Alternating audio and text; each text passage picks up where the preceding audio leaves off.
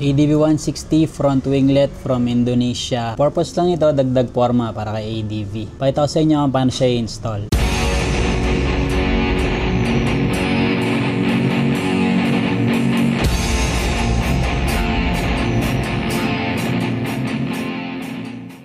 Galing ka muna para mapakita ko sa inyo. Iba kasi yung gagamitin ko sa kanya na bolt. Ganyan yung itsura niya.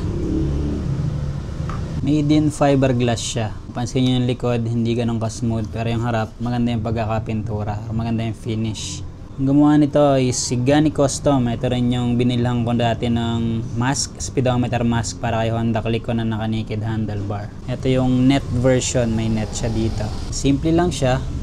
Dagdag forma lang. Ito lang talaga yung butas niya, itong dalawang ito. Para yan yung dito sa kabitan ng sa plate holder ng mga ADV na pang Indonesia. Kasi nga galing sa Indonesia to, Indonesian maker. Ito may provision, mayroong parang nakahulma na ganun. Bubutasan mo na lang. Tsaka dito, may guide na siya. Ito, bubutasan mo yung fairings dito, part na to. So, lagyan mo siya ng screw, yung body bolts. Ito naman, sakto yung position niya dito sa may push rivet yata ang tawag dito. Kaya lang, pag nilagay ko na siyang ganun, pag nilagay kong ganyan, hindi siya ma-press kasi kapos. Medyo makapal kasi to. So, hindi ko na lang ito ikakabit, itong part na to. Ito na lang, tsaka itong dalawa.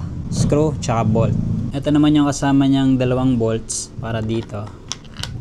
So kaya ko siya babaguhin kasi yan nga, itong ADV ko is wala nung lagayan ng bolt dito sa lagayan ng plate number. Pakita ko sa inyo. Ayan, wala akong ganyan kasi nga hindi naman made in Indonesia to. Pero pwede akong bumili nito, order na lang ako sa Shopee para mas madali siyang baklasin. Screw mo lang yung bolt pag gusto mong alisin. Ayan siya, 6mm. Lagay ko rin yung link dito sa description. Dito siya nakakabit, ayan. Ayan yung clip bolt. Meron din siyang bolt nakasama. Number 15 tsaka number 20. Link ko parehas. Ayan yung lagayan ng front plate holder sa Indonesian version ng ADV. Nilagyan ko na lang siya ng bolt. Ito naman yung kabila. So ito yung kabitan ng push rivet. Ito, stock.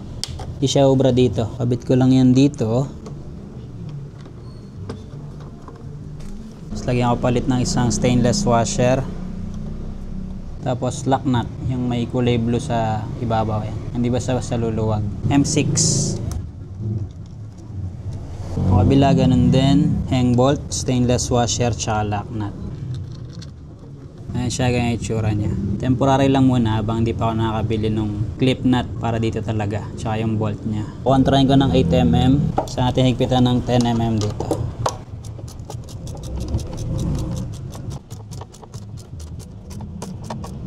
Nakapaglapat na kapraso.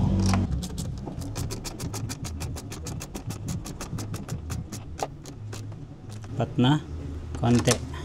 Okay na, mahigpit na siya. Ng galaw. Medyo sobra ng konti pero tabasin ko na lang. Ang kabila okay na rin.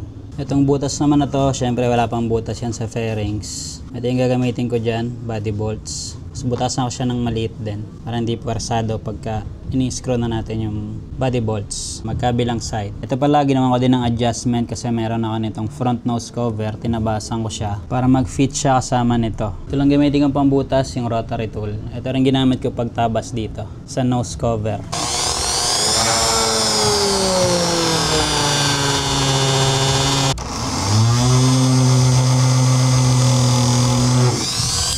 Parang medyo malayo yung space niya pero try ko kung may tutornilyo ko to.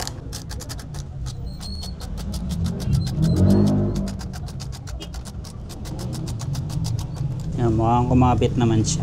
Tumago siya doon. Abot itong body bolts na pang Yamaha yata to, mas mahaba to. Iba yung stock eh. Yung stock kasi hindi matulis yung dulo. Yung kabila din, gabit ko.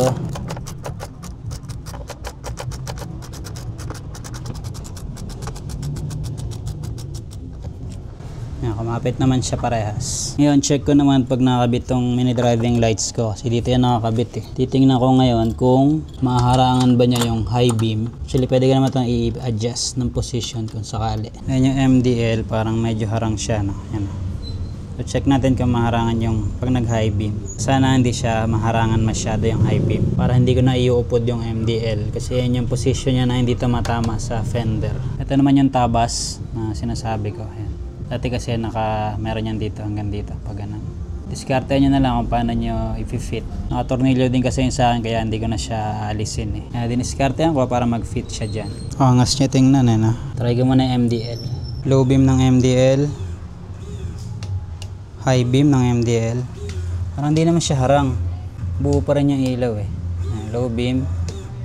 High beam. Pero tatry ko pagka nasa biyahe. Tapos update ko na lang kayo. Buo pa rin yung ilaw eh. Buo pa rin yung high beam. Pero nga, try ko sa biyahe. Sakto mamaya lalabas kami ni OBR. Pero yan, okay na yung winglet natin. Galaxy Net version. Umangas tingnan sa ADV. Kung wala kayo ng nose cover, mas madali. Rekta salpak na lang. Galaxy winglet ADV 160. Ito yung butas ng body bolt kanina na nilagay natin. Sakto siya. Abot siya dyan. Ito naman yung kabila. Ayan, tagos din. Yung bolt naman para dito, parehas. Pinalitan ko ng maiksi. Ito yung kanina, mas mahaba. Para hindi na ako magtatabas. Para mas malinis tingnan, pero temporarily lang naman yan. So, okay na yung bolt dito. Sakto na siya, hindi na kailangan tabasin. Pinalitan ko lang siya ng maiksi. Pero kung wala kayong maiksi, tabasin nyo na lang. Ang MotoGP, may winglet. Pero syempre, wala yung downforce. Ang forma lang talaga siya.